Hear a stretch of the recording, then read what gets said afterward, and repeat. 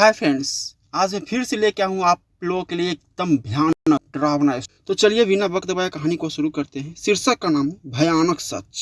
शहर के बीच में एक घर जहां साक्ष्य अपने माता पिता के साथ सुख से रह रहा था। 22 साल का साक्ष्य एक खुश मिजाज लड़का जो अपने पिता का बिजनेस संभालता था। उसमें बस एक कमी थी कि वो दूसरों का मजाक उड़ाता, उन्हें डराता, उनके साथ प्रैंक करता। लेकिन उसके साथ कोई ऐसा करता तो वो गुस्सा हो जाता। घर बड़ा था, सबके सोने के लिए अलग कमरे थे। साक्ष्य का भी अपना एक बड़ा कमरा था। खुद का टीवी कई तरह की लाइटों से भरा हुआ, खूबसूरत सजावटों और फोटो के साथ सजा हुआ। रात के 2 बज रहे थे। साक्ष्य की टीवी देख रहा था। उसने चैनल बदलने के लिए रिमोट दबाया, लेकिन चैनल नहीं बदला। साक्ष्य को लगा रिमोट की बैटरी ढीली हो गई। साक्ष्य ने रिमोट से बैटरी निकालने के लिए उसे खोला। बैटरी छिटक कर बाहर निकली और पलंग के नीचे चली गई। साक्ष्य ने बैटरी निकालने के लिए बेड के नीचे देखा। बेड के अंदर बहुत हल्की रोशनी थी, बाकी अंधेरा था। बैटरी काफी अंदर थी। बैटरी निकालने के लिए उसने अंदर हाथ डाला। बैटरी दूर थी। साक्ष्य बेड के नीचे थोड़ा घुसा। बैटरी थोड़ी सी दूर रह गई थी। वो थोड़ा और अंदर घुसा। उसे ऐसा लगा जैसे उसके आसपास कोई है। उसने बेड के नीचे से बाहर देखा। कमरे में लाइट थी जिसकी थोड़ी रोशनी बेड के अंदर आ रही थी। साक्ष्य ने बैटरी को जल्दी से पकड़ा। तभी उसे लगा जैसे उसके ऊपर से कुछ सरसराहट के साथ गुजरा। साक्ष्य ने बाहर निकलने की कोशिश की, लेकिन वो हिल नहीं पाया। उसने सामने देखा। उसके सामने लाल सुर्ख आंखें, एक काला साया जिसकी हल्की भयानक आवाज उसके कानों में पड़ रही थी। साक्ष्य का खून जम गया। साया उसके करीब आ रहा था। भयानक आवाजें और चीखें साक्ष्य के कानों में बढ़ती जा रही थी। डरावनी खूनी आंखें उसकी आंखों के बिल्कुल करीब आ चुकी थी। साक्ष्य चीखा और बेड से बाहर की ओर निकला। जल्दी से कमरे के बाहर भागा, लेकिन वो वापस कमरे में था। साक्ष्य डर से जमा कमरे में खड़ा। उसने देखा बेड के नीचे से काला घना धुआं बाहर निकला। कमरे की दीवारों का रंग काला, सारी सजावटें काली, फोटो काली, बल्ब की चमकीली लाइट, कमरे में हर तरफ खौफ का साया। उसने अपने पीछे से खिलखिलाने की खौफ से भरी आवाज सुनी। साक्ष्य ने पीछे मुड़ा। साया ठीक उसके सामने खड़ा, अपनी लंबी काली लाल जीभ बाहर लपलपा रहा था। उसकी खुरदुरी जीभ साक्ष्य को गलों से होकर गर्दन तक रगड़ते हुए चाट रही थी। साक्ष्य का रंग नीला, आंखें लाल। साया ने गर्दन से पकड़कर हवा में टांग दिया। वो बचाओ बचाओ, जोर छोड़ मुझे। कौन हो? मुझे तुमने बनाया, मुझे तुमने बढ़ाया। पिशाच हूँ मैं, भूखा हूँ। तू मेरी भूख उठाएगा। तुझे तेरे डर के साथ अंदर से खाऊंगा। तेरी मौत निश्चित है। साक्ष्य की नसें फट रही थी, पेट की हथेलियां बाहर खींच रही थी। वो चीख रहा था, उसकी जान शरीर से बाहर निकल रही थी।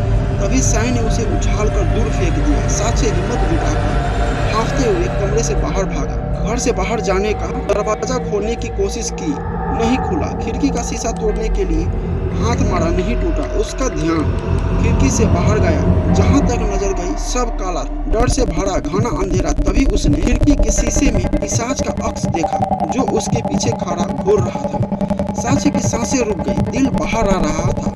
लगा उसका अंतिम समय आ गया। पिशाच खौफनाक हंसी हंसता उसके शरीर से पार होकर सामने आ गया और दीवार को छुआ। दीवार टूट गई। पिशाच ने अपनी खून से भरी लाल आंखें साक्ष्य की आंखों के करीब लाकर अपना मुंह खोला। भयानक गुर्राहट के साथ काला खूनी मुंह बड़ा और बड़ा हो गया। पिशाच ने अपना मुंह साक्ष्य की खोपड़ी में फंसा दिया। साक्ष्य अपनी पूरी ताकत से चीखा। पिशाच ने साक्ष्य को अपने बड़े से मुंह में निगल लिया।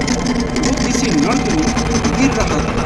जहाँ कोई पिशाच उसे नोच रहे थे, वो चिल्ला रहा था। खून से लथपथ हाथ पर एक बड़ी नुकीली सतह पर गिरी जो उसके शरीर के पार हो गया। चीख, खून, दर्द से उसकी आंखें बंद हो गई। साक्ष्य की आंखें खुली। सामने अंधेरा था। डर से वो उठा। बाहर उसका सर टकराया।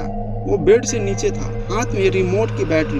वो जल्दी से बेड के बाहर निकलकर भागा। अपने माता पिता के कमरे के बाहर पहुंचकर बेतहाशा दरवाजा पीटने लगा। उसकी मां ने दरवाजा खोला, पूछा क्या हुआ। डर से पसीने में लथपथ साक्ष्य एक सांस में रात को हुई सारी बातें बताता गया। उसके पिता बातें सुन रहे थे। उन्होंने कहा रात में कोई बुरा सपना देखा होगा। इसे सच मान लिया। साक्ष्य ने उसे समझाने की कोशिश की। दोनों ने कहा इतना बड़ा हो गया है, सपने से डर जाता है। साक्ष्य का पूरा शरीर दर्द कर रहा लगा, शायद उसने सपना ही देखा हो। वो कमरे में निकल कर जाने लगा। उसकी नजर घर से बाहर जाने वाले दरवाजे की दीवार पर पड़ी, टूटी दीवार जहां पिशाच ने छुआ था। ये देखकर उसकी धड़कन रुक गई। साक्ष्य नहाने गया। उसने अपने छाती पर दिल के पास काला निशान देखा। उसने अपने परिवार के गुरु महात्मा से मिलने का फैसला किया और उनके आश्रम पहुंच गया। उसने महात्मा को सारी बातें बताई। महात्मा ने उससे पूछा, तुमने कभी किसी का कुछ बहुत बुरा किया है? खासकर उस कमरे के अंदर तकरीबन 5 साल पहले माँ के रिश्तेदार की 10 साल की लड़की सीमा हमारे घर कुछ वक्त के लिए आई थी। एक दिन मैंने उसे अपने कमरे के बेड के नीचे ये बोलकर घुसा दिया कि मेरा रिमोट अंदर चला गया है और मैं निकाल नहीं पा रहा। वो बेड के अंदर गई। मैंने दरवाजा बंद कर दिया और उसे डराना शुरू किया कि वहाँ अंधेरे में भूत है। वो डर गई, रोने लगी, बाहर आने की कोशिश की। मैंने उसे बाहर नहीं आने दिया, उसे बहुत डराया। वो डर से बेहोश हो गई। उसकी तबीयत खराब हो गई। कुछ दिन बाद वो चली गई। इस बारे में उसने और मैंने किसी से कुछ नहीं बताया। ये पिशाच उत्पन्न हुआ डर से, उस लड़की के भयानक डर की नकारात्मक ऊर्जा से। उसने उस लड़की की डर से शक्ति प्राप्त, स्वयं को शक्तिशाली बनाया। उसे अंदर से खाकर वो आज भी उसे खा रहा है। ये तुम्हारी गलती या अपराध के कारण हुआ। अब उसकी नजर तुम पर है। वो तुम्हें हानि पहुंचाना शुरू कर चुका है। ये काला निशान इसका प्रमाण है। ऊर्जा कभी नष्ट नहीं होती, वो अपना स्वरूप बदलती है। इसका उपाय है तुम उस लड़की से हृदय से माफी मांगो। मैं भभूत दे रहा हूँ, उसे ग्रहण करो और उस लड़की को भी खिला देना और ये शक्ति माला धारण करो। तुम्हारे घर में शुद्ध धिक्करण का यज्ञ करवाओ। जाओ, सफल हो, मेरा आशीर्वाद तुम्हारे साथ है। साक्ष्य ने सीमा के घर का एड्रेस पता किया और उसके घर पहुंच गया। सीमा से मिलने के लिए उसकी माँ से विनती की। सीमा की माँ ने बताया कि सीमा की दिमागी हालत इतनी खराब थी कि उसे 3 साल मेंटल हॉस्पिटल रखना पड़ा। अभी 5 महीने पहले ही वो घर आई है। सीमा की माँ साक्ष्य को सीमा के कमरे में बैठाकर चाय नाश्ता लेने चली गई। सीमा उसके सामने बैठी थी। उसकी गर्दन पर काला निशान था। उसने नजर उठाकर देखा। उसकी आंखों को देखकर लग रहा था कि पिशाच उसके अंदर है। साक्ष्य की हालत खराब हो गई। अचानक सीमा का पूरा शरीर अकड़ने लगा।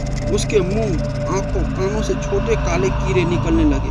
भिन्न भिन्न कमरे में अंधेरा छा गया। साया सीमा के बगल में था। साक्ष्य डर से पसीने में लथपथ हाथ जोड़कर सीमा से माफी मांगने लगा। दरवाजा अचानक बंद हो गया। साय ने साक्ष्य को हवा में उछाल कर फेंक दिया। साक्ष्य ने उठने की कोशिश की। साय ने उसे फर्श पर ही दबोच लिया। साक्ष्य पर कीड़े चिपकने लगे। उसे लगा जैसे उसका खून चूस रहे हो। साया अपना खूनी मुंह करीब लाया और बोला, एक बार जिसे मैंने निगल लिया वो बच नहीं सकता। साक्ष्य अपनी पूरी ताकत के साथ सीमा की ओर लपका। सीमा का मुंह खोलकर भभूत को जुबान पर रख दिया। सारा माहौल शांत होगा।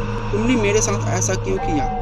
अपने कुछ वक्त के मजे के लिए मेरी ज्यादा सांसें नहीं बची है। सीमा साक्ष्य से सवाल करते हुए दरवाजे पर खड़ी अपनी माँ को देखकर मुस्कुराई। अगले पल उसके मुंह से खून की उल्टी हुई। खून की धार आंखों से खून, कान से खून, चेहरे की नसें अकड़ कर फट गई। हर तरफ खून। वो आखिरी सांस लेते हुए जमीन पर गिर पड़ी। माँ सीमा को बाहों में उठाकर रोने लगी। खून के छींटों से सना साक्ष्य डर से बदहोश घर से बाहर निकला और अपने घर आ गया।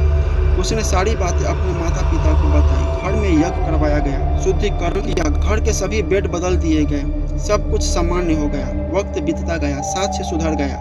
अब वो किसी को परेशान नहीं करता। एक दिन फिर एक रात साक्ष्य अपने बिजनेस का काम कर रहा कि एक पेज उड़कर बेड के नीचे चला गया। साक्ष्य को काम रात में ही पूरा करना था। वो पेज बहुत जरूरी था। डरता हुआ बेड के नीचे थोड़ा अंदर जाकर हाथ बढ़ाकर पेज को पकड़ा और जल्दी से बाहर आ गया। डर और पसीने से लथपथ तभी उसके एक कान में हल्की खौफनाक आवाज गूंजी, कब तक बचोगे मुझसे? दूसरे कान में आवाज आई, मैं तो मर गई, अब तुम्हारी बारी है, आप कभी पीछा नहीं छोड़ते। डर से साक्ष्य का खून जम गया। साक्ष्य बेहोश हो गया। पिशाच बाधा मुक्ति के लिए उसके पिता ने सब कुछ किया लेकिन कोई फायदा नहीं हुआ। उसे अंधेरे में जाते ही दौरे पड़ने लगते। उसकी दिमागी हालत खराब होती गई। उसे मेंटल हॉस्पिटल में भर्ती करना पड़ा। साक्ष्य ने डॉक्टर को बताया कि उसे कानों में आवाज सुनाई देती है, मैं हर जगह हूँ जहाँ अंधेरा है, भूखा हूँ, पिशाच हूँ, डर हूँ, अंधेरा हूँ मैं। तो फ्रेंड्स, कैसा लगा स्टोरी प्लीज कमेंट करके बताइए और हमारे चैनल को सब्सक्राइब जरूर कीजिए। मिलते हैं अगले स्टोरी में।